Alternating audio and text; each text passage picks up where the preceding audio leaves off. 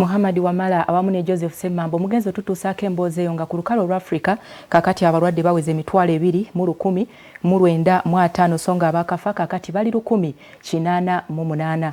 Kakati tugenda kubanga twolekera mu bitundu by'ejjinja eyo waliyo ekizinga ekitambula we twogerera kaakano abatuuze baayo beesunga okubanga bagenda kufunako poloti. Ekizinga kino kiri ku nnyanja Nalubaale kumpi n'omwalo gw'e Masese.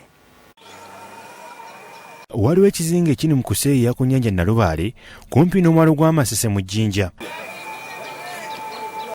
Abantu mu kitundu kino bawuniikiridde olwa kino kye bagamba nti kya byewuunyo kati beesunga kubibirako na kufuna poloti.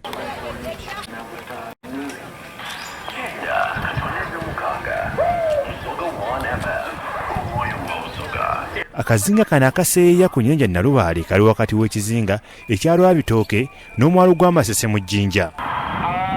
Akazinga kano kanene ddala era w'okalengera kuliko ebimera eby'enjawulo n'emiti egy'ekigero.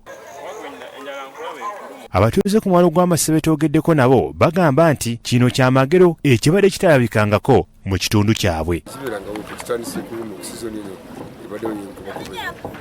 Masese kizinga ni kyene kizinga n'akazinga ka Lwabitooke obubba so mbaye tikibonangaku bukyankula nzaalibwa Masese wenkulire wenzaalire n'abaana tibonanga ku kizinga nga kisenguka kira mu kitundu ekindi kino nekisoosa okubona. Abamu bavuza amaato okwolekera akazinga kano okalabako. Bano batubuulidde nti ku kizinga kino kuliko ebintu njolo ebiyinza okukolebwako omuli okulima n'okuvibirako. Twatandika juzi okalaba nga katambula mpola kava eri wansi wa Nyange nga kadde eno naye kalina be kajja okukosa ng'abamaato abatambula ate walawo nabagenda okafunamu kati ffe tusuubira okafunamu kuba tukakutte tusobola okavubirako.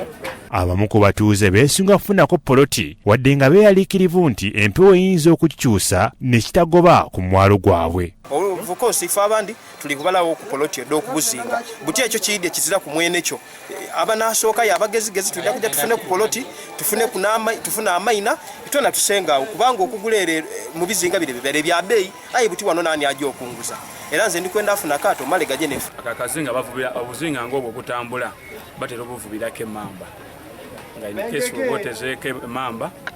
obotezeeko emmamba osobola okwasa n'engege ezimu oyinza okwesa akazinga ako. Wadde nga beesunga bino byonna wabula beeraliikirivu olw'entambula ezibuwadde anti kizibye ekkubo ery'amaato erituuka ku kizinga Lwabitooke.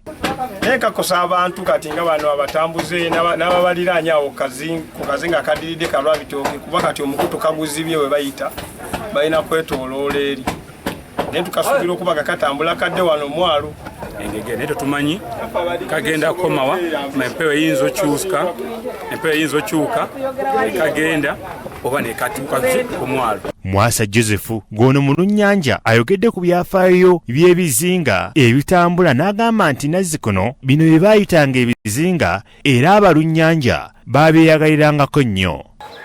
Era dda bye baayitanga ebizinga ebitufu ebyali bisenguka nga mu Lunnyanja kizibu omufuna sobola ovaano